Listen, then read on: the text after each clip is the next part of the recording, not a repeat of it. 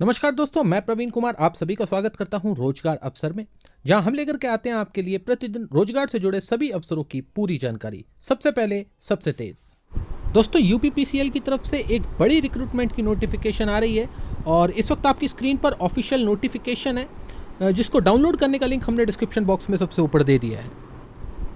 Organisation की बात की जाए तो जैसा कि मैंने आपको बताया, विद्युत सेवा आयोग Uttar Pradesh power corporation limited की तरफ से ये नोटिफिकेशन जारी की गई है।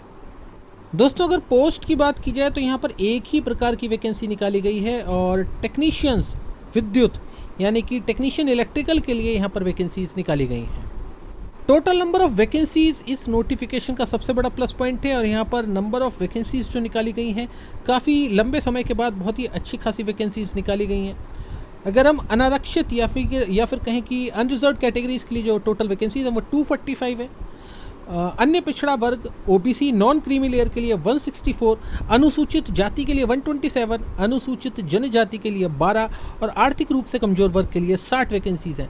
तो टोटल कुल मिलाकर के जो वैकेंसीज हैं वो 608 वैकेंसीज के लिए नोटिफिकेशन जारी किया गया है।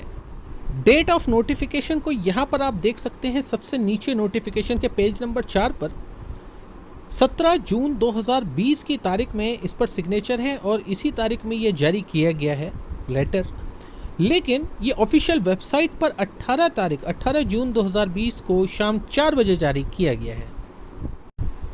दोस्तों, इसकी ऑफिशियल वेबसाइट का लिंक वैसे तो मैंने डिस्क्रिप्शन बॉक्स में सबसे ऊपर दे दिया है, मगर स्टिल अगर आप जानना चाहते हैं तो upenergy.in ऑफिशियल वेबसाइट है। इसी के साथ uppcl.org भी ऑफिशियल वेबसाइट है। दोनों ही ये ऑफिशियल वेबसाइट है उत्तर प्रदेश बिजली विभाग की, जहां के द्वारा ये भर्तियां निकाली गई हैं। एजुकेशनल क्वालिफिकेशन को थोड़ा सा ध्यान से समझने की ज़रूरत है दोस्तों।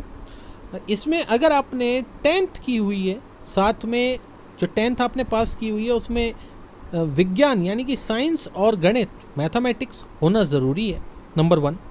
नंबर 2, आपने 2 साल का रेगुलर ITI कोर्स किया हुआ हो NCVT SCVT के द्वारा।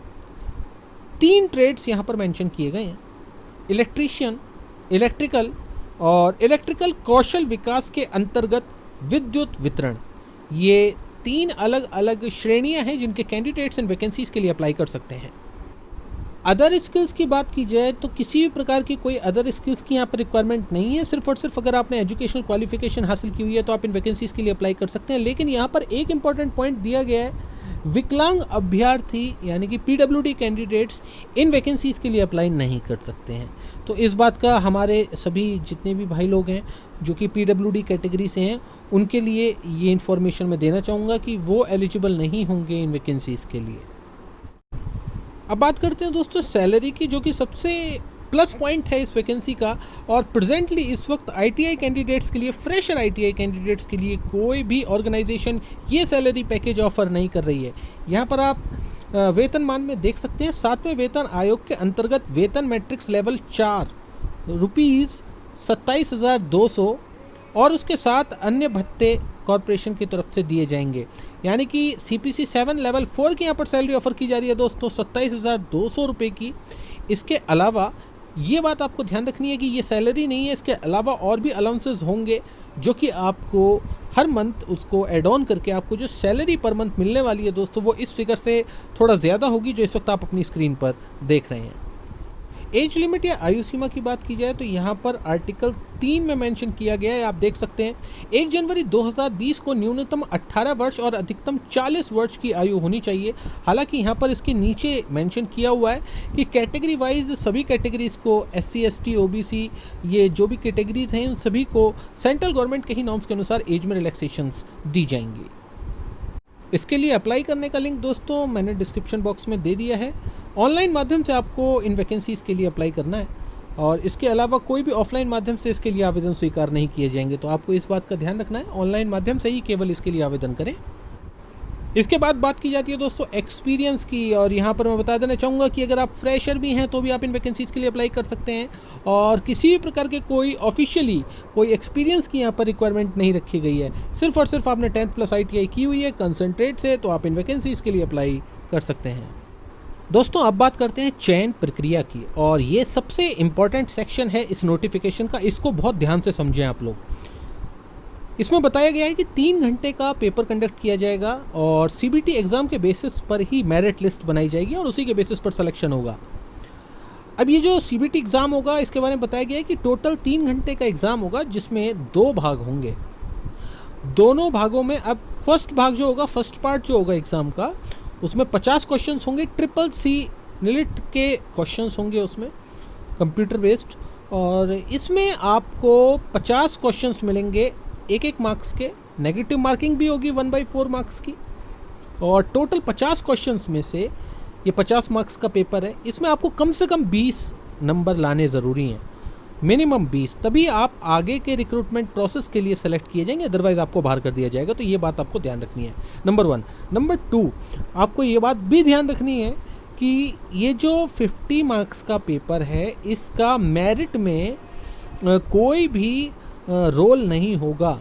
सिर्फ और सिर्फ मेरिट के लिए आपको सेलेक्ट तब करा जाएगा, मेरिट के लिए प्रोसेस के लिए आप आगे की तरफ सिर्फ तब जाएंगे कि जब आप इस पेपर को क्लियर करेंगे, यानी कि सिर्फ और सिर्फ क्लियर करना है इस पेपर को, इस पेपर के मार्क्स मेरिट में नहीं जुड़ेंगे। तो ये बात आपको ध्यान रखनी है। पेपर का जो सेकंड पार्ट है उसकी डिटेल्स यहाँ पर दी गई हैं। इस वक्त आप अपनी स्क्रीन पर ये टेबल देख सकते हैं। सामान्य अध्ययन एवं तार्किक ज्ञान के लिए 20 क्वेश्चंस होंगे 20 मार्क्स के। सामान्य हिंदी हाई स्कूल लेवल की 15 क्वेश्चंस होंगे 15 मार्क्स के। सामान्य अंग्रेजी 15 क्वेश्चंस होंगे 15 मार्क्स के। और तकनीकी जो टेक्निकल क्वेश्चंस होंगे आपके इलेक्ट्रिकल से रिलेटेड, वो 150 क्वेश्चंस होंगे 150 मार्क्स के। तो टोटल 200 मार्क्स का ये पेपर होगा जिसमें से मेरिट बनेगी दोस्तों। तो आप अच्छे से तैयारी कर लें, ये पूरा स्ट्रक्चर है। और ITI लेवल के ही टेक्निकल क्वेश्चंस इसमें होंगे। इसमें कम से कम आपको 33.5% मार्क्स लाने ज़रूरी हैं, अर्थात ऐसे अभ्यर्थी जिनके 67 अंकों से कम अंक होंगे इस पेपर में, वो अगले स्तर के लिए नहीं सेलेक्ट होंगे, वो बाहर हो जाएंगे। तो दोस्तों अब बात करते हैं जॉब लोकेशन की। तो बड़ी जाहिर सी बात है, उत्तर प्रदेश की तरफ से ये रिक्रूटमेंट की नोटिफिकेशन आ रही है, तो उत्तर प्रदेश में कहीं भी इसमें जॉब लोकेशन रहने वाली है। तो इस बात के लिए आप मेंटली प्रिपेयर रह करके चलें।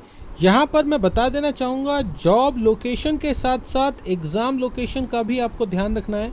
परीक्षा का स्थान यहाँ पर आर्टिकल नंबर 12 में क्लियर किया गया है। लखनऊ, बरेली, गाजियाबाद, नोएडा, गोरखपुर, वाराणसी, मेरठ एवं कानपुर शहरों में ये परीक्षाएं कंडक्ट कराई जाएंगी। और अगर नंबर ऑफ़ कैंडिडेट्स बढ़ जाते हैं या सामान्य से कम रह जाते हैं तो इन एग्ज़ाम सेंटर्स की संख्या को भी बढ़ाया या घटाया जा सकता है। जॉब नेचर सबसे बड़ा प्लस पॉइंट जो इस जॉब का है, जो कि जनरली आमतौर पर आजकल की जो टाइम चल रहा है उसमें ऐसी जॉब्स देखना बहुत मुश्किल हो गया है। ये टोटली गवर्नमेंट जॉब है दोस्तों। इसमें कोई भी कॉन्ट्रैक्ट बेसिस या फिर फिक्स्ड टेन्योर बेसिस की कंडीशन नहीं है। एक बहुत इंपॉर्टेंट क्वेश्चन दोस्तों पूछते हैं सभी कैंडिडेट्स, और उनको मैं यहाँ पर बताना चाहूँगा, अदर स्टेट्स के कैंडिडेट्स इन भर्तियों के लिए आवेदन कर सकते हैं या नहीं कर सकते हैं? ये बहुत इंपॉर्टेंट क्वेश्चन है और मैं प्रूफ के साथ आपको यहाँ पर बता रहा हूँ। अन्य प्रदेशों के अभ्यर्थी अनारक्षित यानी कि अनरिजर्व वैकेंसीज के लिए ही अप्लाई कर सकते हैं। इसका अर्थ है कि आप अगर उत्तर प्रदेश के मूल निवासी नहीं भी हैं तो भी आप इन वैकेंसीज़ के लिए अप्लाई कर सकते हैं, लेकिन जनरल वैकेंसीज़ और जनरल कैटेगरी के अंडर में ही केवल आप इसके लिए आवेदन करेंगे। दोस्तों अब बात करते हैं एप्लीकेशन फ़ीस या आवेदन शुल्क की। अनुसूचित जाति एवं अनुसूचित जनजाति श्रेणी उत्तर प्रदेश के मूल निवासियों के लिए 700 रुपये का, यानी कि SC/ST कैंडिडेट्स जो हैं यूपी के, उनके लिए 700 रुपये का आवेदन शुल्क है। इसके अलावा बाकी सभी कैटेगरीज़ के लिए 1000 रुपये का आवेदन शुल्क रखा गया है। इसके लिए आवेदन करने का लिंक दोस्तों हमने डिस्क्रिप्शन बॉक्स में दे दिया है, लेकिन वो लिंक एक्टिवेट नहीं हुआ है। 1 जुलाई 2020 यहाँ पर आप देख सकते हैं, इंपॉर्टेंट डेट्स में इस वक्त आपके सामने 1 जुलाई 2020 से ये लिंक एक्टिवेट होगा और 22 जुलाई 2020 तक ऑनलाइन माध्यम से आप इन वैकेंसीज़ के लिए अप्लाई कर पाएंगे। लास्ट डेट की बात की जाए तो जैसे कि मैंने अभी आपको बताया, 22 जुलाई 2020 तक आप ऑनलाइन माध्यम से इन वैकेंसीज़ के लिए अप्लाई कर सकते हैं। भारतीय स्टेट बैंक चालान ऑफलाइन के जो डेट्स यहाँ पर मेंशन की गई हैं वो भी 1 जुलाई 2020 से 24 जुलाई 2020 तक रखी गई हैं। फाइनल ईयर के कैंडिडेट्स के लिए मैं बता देना चाहूँगा दोस्तों कि ऐसे कैंडिडेट्स इसके लिए बिल्कुल अप्लाई ना करें जिनका अभी रिजल्ट अवेटेड है या फिर वो पास आउट किसी भी तरीके से किसी भी एंगल से अभी नहीं हुए हैं, क्योंकि जब आप ऑनलाइन माध्यम से इसके लिए आवेदन करेंगे तो वहाँ पर आपको मार्कशीट्स अपलोड करनी होंगी, डॉक्यूमेंट्स अपलोड करने होंगे।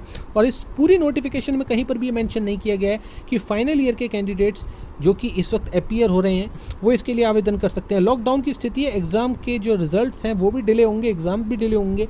तो दोस्तों फाइनल ईयर के कैंडिडेट्स के लिए मैं यही कहूँगा कि वो इसके लिए आवेदन ना करें।